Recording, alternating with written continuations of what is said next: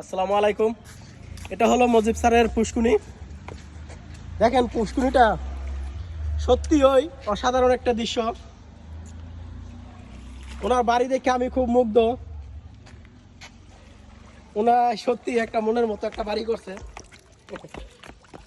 ওনার বাড়িটা আমি স্বপ্নে দেখছি, ঠিক আছে জি না আন্টি, এদিকে গেছি না, যাবো না। ওনার পুষ্কুনির মাছ দেখেন, সত্যি চমৎকার। শুনিস না তাই না, দেখো তাই না, এই যে ওনার পুষ্কুনির মাছ সত্যি চমৎকার। এটি তেলাপিয়া মাছ, মাছটি সারিবদ্ধ একদম কাছে। সত্যি অনেক ভালো লাগতেছে,